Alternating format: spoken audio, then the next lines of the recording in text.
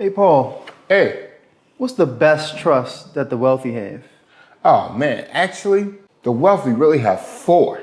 The first one is they start off with their family revocable living trust, okay, like Donald Trump did with the one that he got in trouble with in New York City. Number two is a business trust that handles all of their business, all of their companies. Third is an investment trust to handle all of their investments, okay? And then fourth, when they're making a bunch of money, they go and get a 501c3 trust because the wealthy, right? The wealthy have to give away some of their money because it's less expensive to give it away than pay taxes on it. And what better way to give it away than to themselves and their 501c3 trust? Ever wondered why rich people stay rich? It's not just because they're making money. It's because they're protecting it. The secret: trusts and LLCs, okay? The wealthy don't keep assets in their personal name. They use legal structures to shield their wealth, pay less in taxes, and create generational wealth. So if you're making money but don't know how to keep it, this video is for you. Let's talk about how the rich play a different financial game.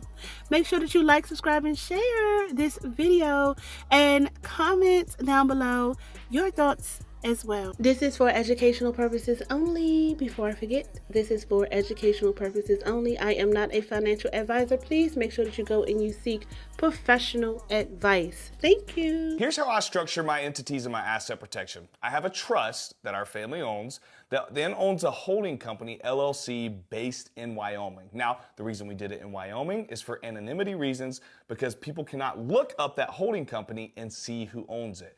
Now, any LLC I create under it is also anonymous, so all of my businesses from Finance Cowboy, as well as my LLCs that have rental properties, fall underneath that holding company. So I have my asset protection with my LLCs. I have my holding company that's holding those LLCs that give me tax benefits, as well as keeps my name off of the records so tenants or anybody else can't look up and see who owns this particular business that I own or this particular property that I own. And then it's all in a trust that is tied with a living will so that we don't have to go through probate, and everybody knows what should happen to these assets should I or my wife pass away.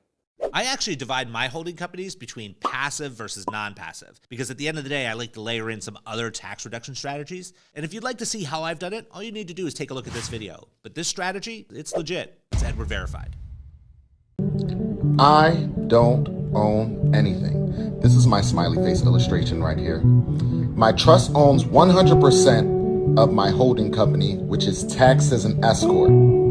My holding company owns every single one of my LLCs. Your holding company can also own corporations and nonprofits as well. But this holding company owns these LLCs, and these LLCs own these assets. One of them being my business and the other two being real estate assets. Guys, if billionaires do this, why can't you? After forming a trust, this is where most people go wrong. This step is very crucial. You have to actually fund the trust. Not funding the trust is like leaving an empty treasure box. If your assets are outside of the treasure box, they have to go through probate even though you had a trust. So let me show you how. Put your primary residence in a trust. An attorney will draft a quitclaim deed.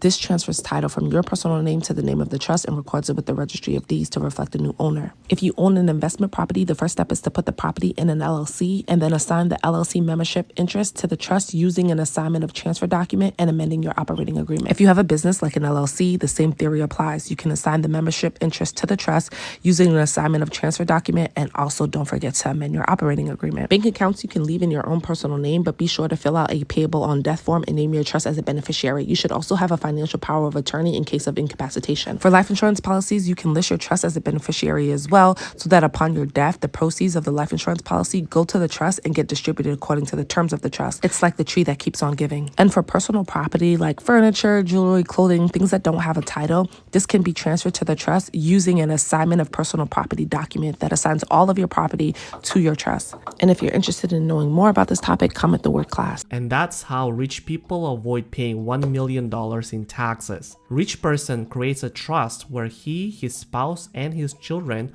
are beneficiaries of the trust. The rich person then creates a corporation, but he does not own it directly. Instead, the trust has the ownership. He then runs a business through this corporation and grows it to a $4 million valuation. This growth, by the way, is not taxable because it is unrealized capital gains. He then decides to sell this corporation to a third party for $4 million.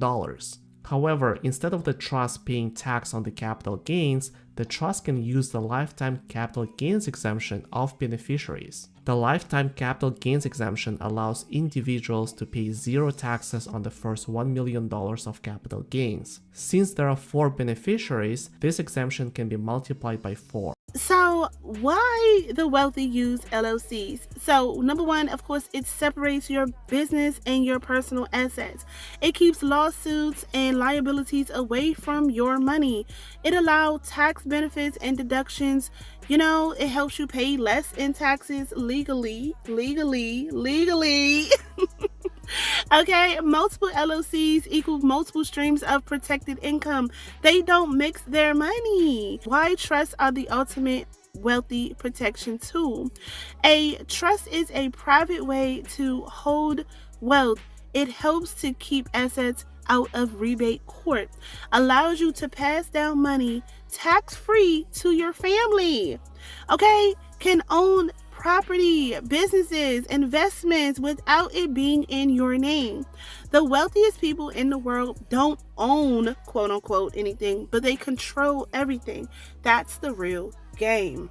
Do not put these assets in a trust. Number one, your retirement accounts. If you move your retirement accounts into a trust, that will create a taxable event. So instead of making your trust the owner of your retirement plans, make it the beneficiary of your retirement plan. The second thing is the HSA. Again, if you move your HSA into your trust, that's going to create a taxable event. So instead, make the beneficiary of your HSA your revocable living trust. And last but not least, do not put your life insurance in your trust. Here's why. Because life insurance is protected from creditors. What's in your revocable living trust is not protected from creditors. So if you die with debts, the creditors can get your life insurance benefits before your children do. So instead of making your trust the owner of these assets, make your trust the beneficiary of these assets. Does anybody know why the rich stay rich and the poor stay poor? Well, look below me. I'm about to give you the game. It's called asset protection. Own nothing but control everything.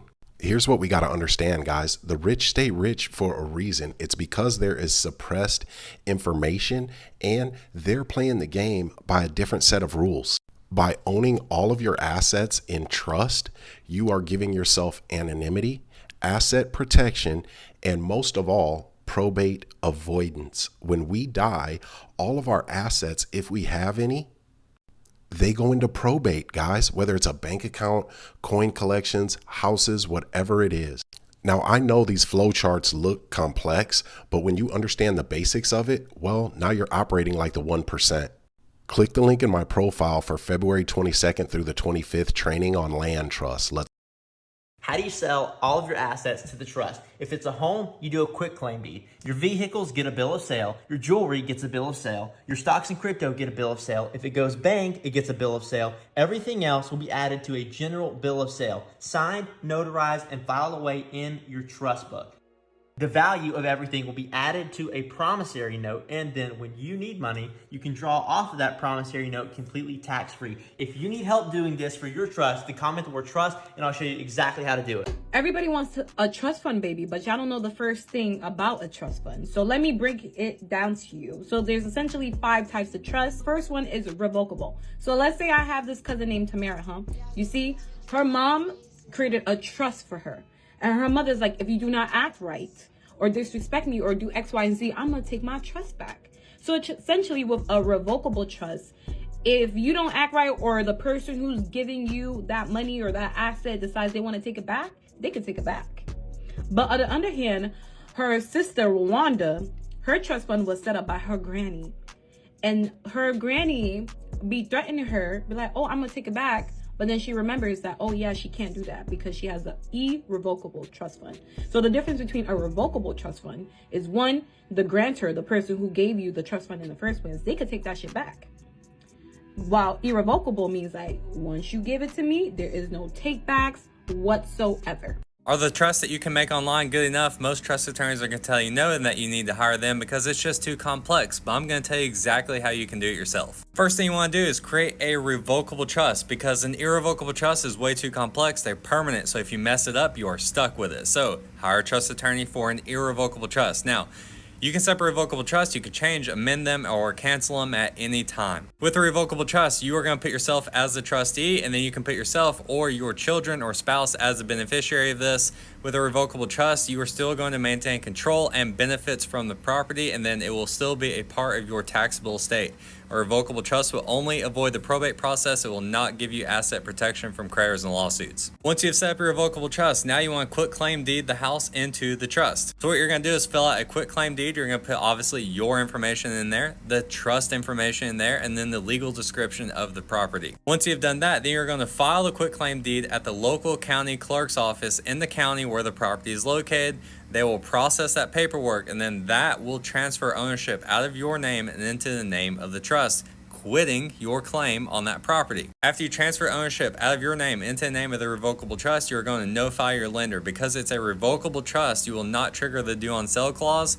And then so all you need to do is just notify them, and they will just process the paperwork to update information on their side. Then we want to update our insurance policy. The problem here is going to be if you file a claim on your insurance and they go search the ownership of that property, and it's in the name of the trust and no longer in your name, but the insurance policy is in your name and not in the name of the trust, they will not pay out that claim. And so the names have to match. So the insurance policy and the ownership of the property both have to be in the name of the trust for them to start paying out claims. And so you'll have to come out of pocket if those names don't match and they don't pay that claim out. Most trust attorneys are not going to tell you this information, so share it with someone you know who wants to set up a trust on their own. Here's why you shouldn't have your home in a living trust and what to do instead. A living or revocable trust is a legal entity that allows you to pass on your assets such as real estate and bank accounts down to your heirs. Now, the main benefit is that your beneficiaries avoid probate when you pass. This allows them to get the property quicker without having to pay a bunch of fees to professionals who do the probate process. They also avoid paying capital gains taxes you earn on your property. They are also expensive and complex to write up. So if you just want to pass down your home to your kid without probate or any hassle, you can also use a TODD. Your beneficiaries get the same benefits almost immediately. Living trusts are a better option when you have more assets of different types, hence why they're more expensive and complex. Make sure you save and share this video if you found this helpful. The first thing to do after you buy a home is to place that home in a living trust. If you don't know what a living trust is, here's how it protects you. If you pass away, the home will go to your child or anyone else that you see fit as the beneficiary of the trust. Now let's say you don't put your home in a trust. When you pass away, the government is going to take their piece first. Then your home will go into probate. And from there, any creditors will take their portion. Then probate takes their portion and your child or beneficiary has the leftovers. Now, you may have a will, but in this case, the home is still going to go to probate. So the creditors are still going to get their cut and the probate lawyers are of course getting paid. Your loved ones are going to end up with a lot less than they could have. And that's why you want to put it in a trust. Also, make sure you have term life insurance equal to the mortgage balance. That way, if God forbid you pass away, the insurance company is going to go ahead and pay off that mortgage balance for the beneficiary. And they get the home free and clear, only having to pay property taxes. I like this strategy, but let me offer some suggested modifications. If you're talking about acquiring your primary residence, I suggest creating the trust to begin with and just acquiring the property there instead of redeeding the property and incurring additional costs. If you're talking about investment property, I suggest the use of land trusts. Now, I talk about all of these different types of strategies and structures inside of my private membership community. If you're interested in learning more about that, drop the word up level. You want to set up a business trust in the United States, you have to choose between one of the three options. The first type of business trust is called a grantor trust.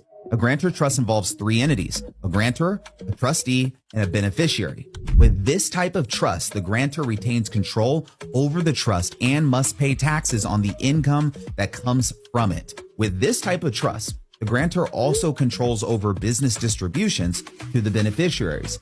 So this type of trust is ideal if you want to maintain a lot of control over the trust and the distributions to the beneficiaries. So, Rich Babes, how do you apply this wealth strategy now? Okay, so now that you know how the rich protect their money, what are you going to do about it now? Okay, are you going to set up your LLC? We talked about it in the last video that these LLCs are going right now for $99, at least in DC. Okay, it's between $99 and like $250. Don't know where you're at, but just check, girl, just check. Are you looking into some trust to protect your family's future? Are you still keeping everything in your personal name, hoping the system won't take a cut? The choice is yours. The wealthy aren't special. They're not. They're not. There's no difference between you and Rockefeller. There's no difference between you and Warren Buffett. It's no difference between you and Rihanna, you and Beyonce.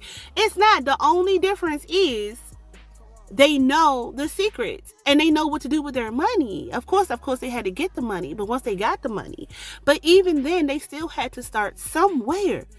And what you need to understand is I looked at it was this video, and he said that 85% of millionaires are created through self-made.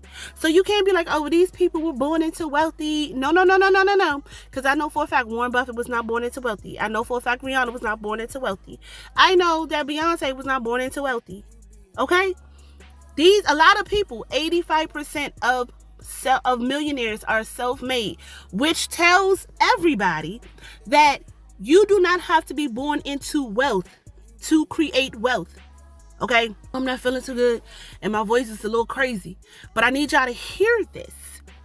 You can build wealth where you are today by understanding the information that you are getting from this video and anywhere else, because always do your research outside of just me.